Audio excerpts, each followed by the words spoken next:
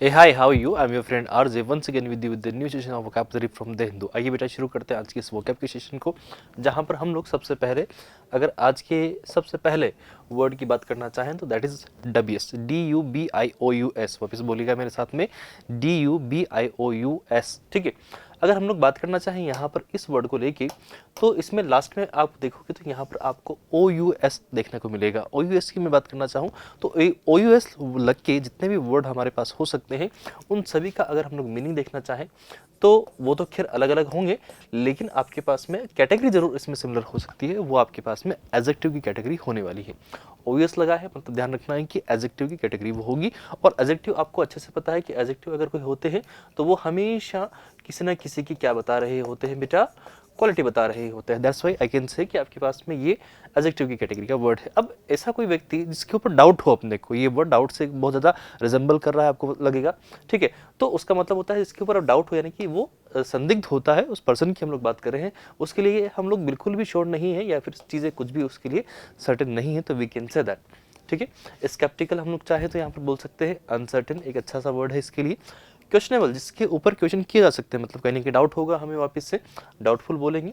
Suspicious हम लोग बोल सकते हैं। एम्बिगुअस अच्छा वर्ड है, ठीक है, इधर भी हो सकता है इधर भी हो सकता है। एम मतलब दो के लिए रिप्रेजेंटेशन होता है इसमें। हेजिटेंट आपके पास में होगा, अनसेटल्ड होगा। अनरिलायबल हम लोग चाहे तो इसमें बोलेंगे, अनक्लियर हो गया। अब इनडिसिजिव, डिसिजिव आपके पास में जो धोखा दे सकता है। इनडिसिजिव जिसको लेके कुछ कह ही नहीं सकते हम लोग, ठीक है। अनट्रस्टवर्दी आपके पास में, शेडी होगा आपके पास, डिस्प्यूटेड होगा, कंट्रोवर्शियल आपके पास, और शिफ्टी आपके पास में एक और ऐसा ही वर्ड हो सकता है। अब देखना चाहे हम लोग कि जिसके जो बिल्कुल भी रिलायबल नहीं है तो उसका ऑपोजिट क्या होगा, जो रिलायबल होगा, जिसके ऊपर we can trust upon.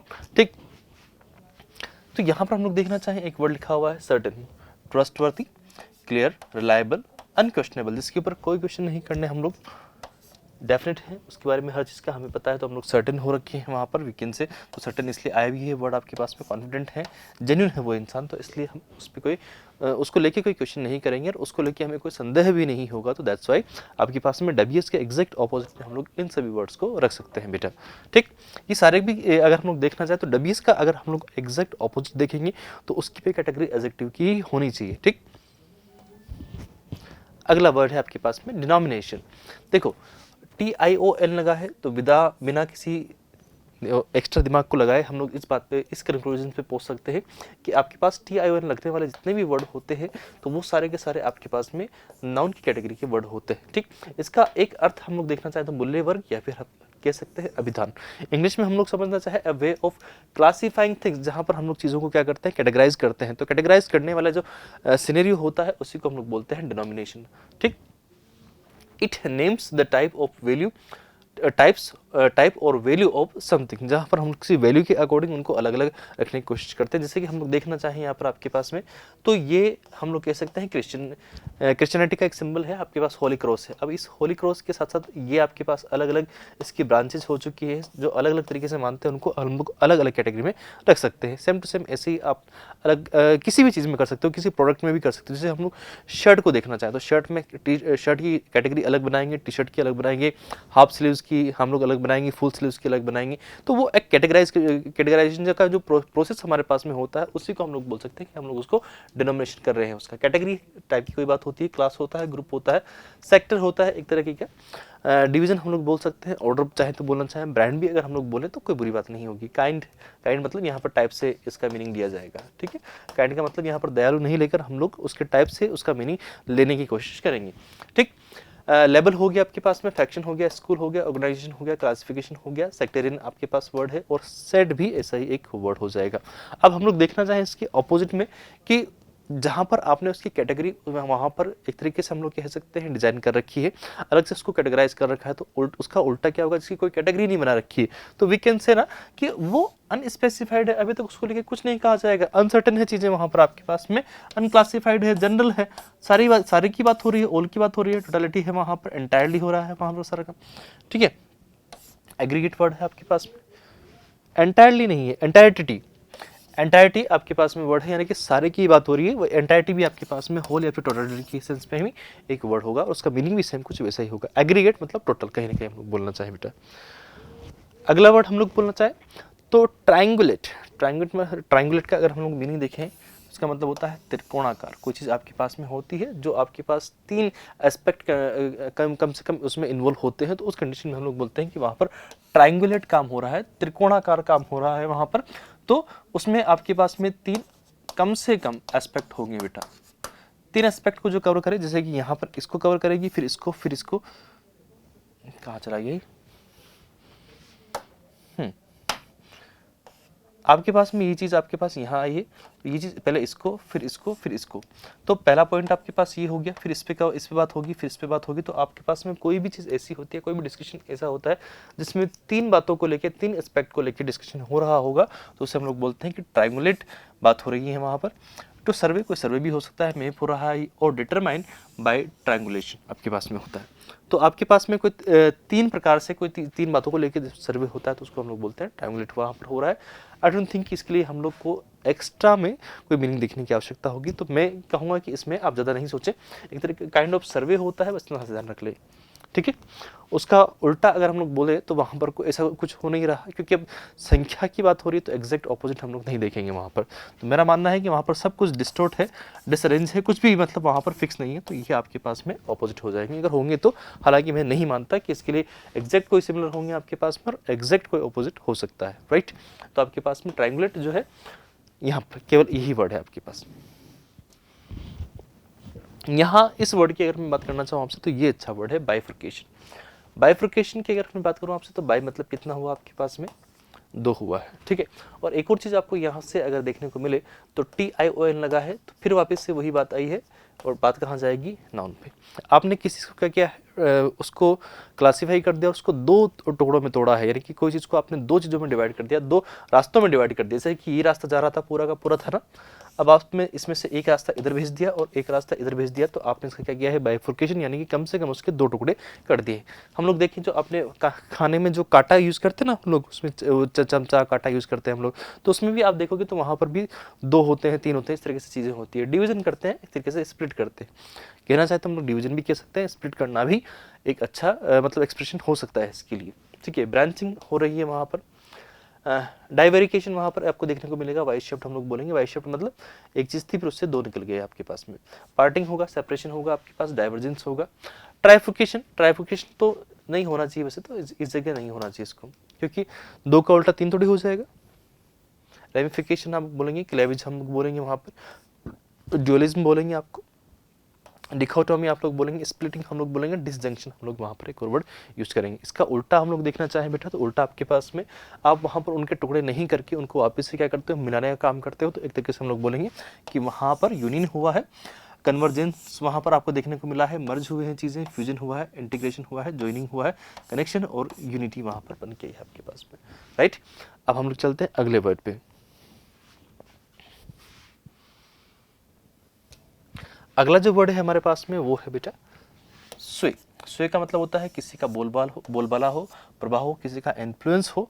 To move slowly from side to side, कोई चीज़ में आप एक चीज़ से दूसरी तरफ धीरे धीरे मूव करते हुए जाते, तो आप वहाँ पर क्या हो रहे हो, स्वे हो रहे हो।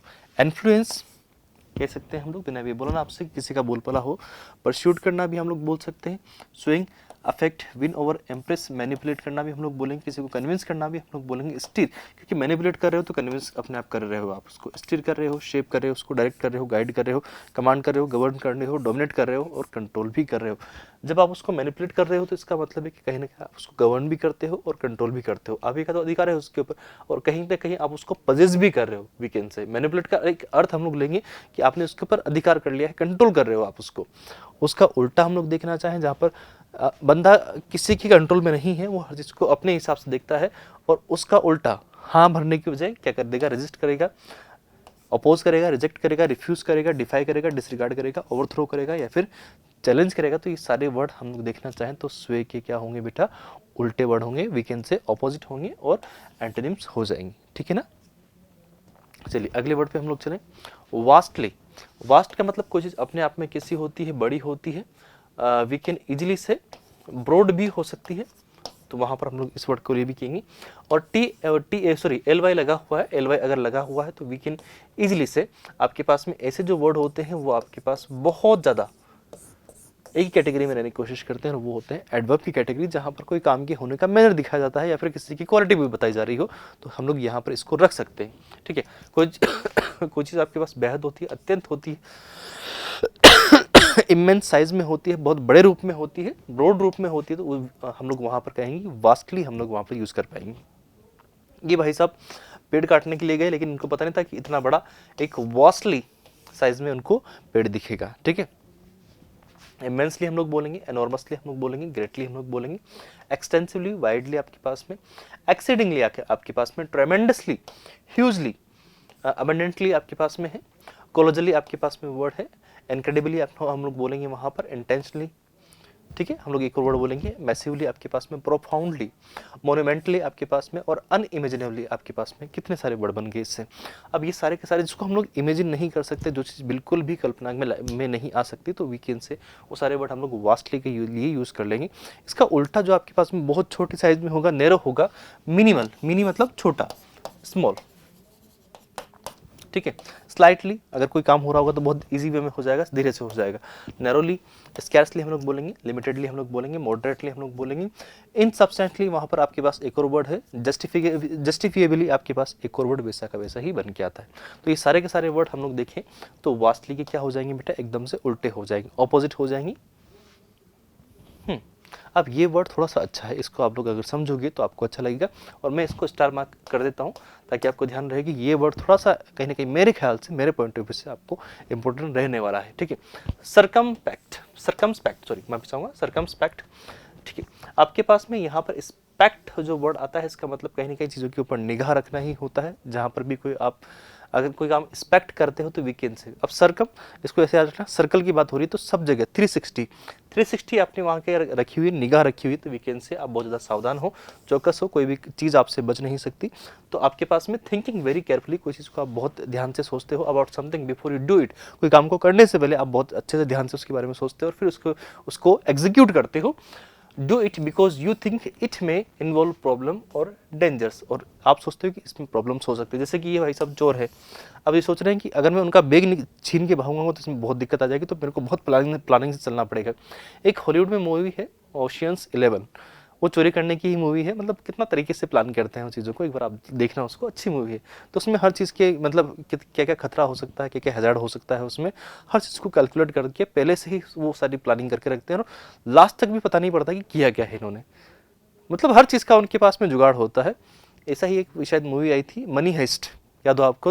तो मनी हाइस्ट का जो सीजन थे वो उस पर भी सेम टू सेम है, लास्ट तक पता नहीं पड़ता कि असली प्लान चल क्या रहा था, मतलब प्लान के अंदर प्लान थे उनके अंदर। तो ये बहुत मतलब खतरनाक वाला सीन था।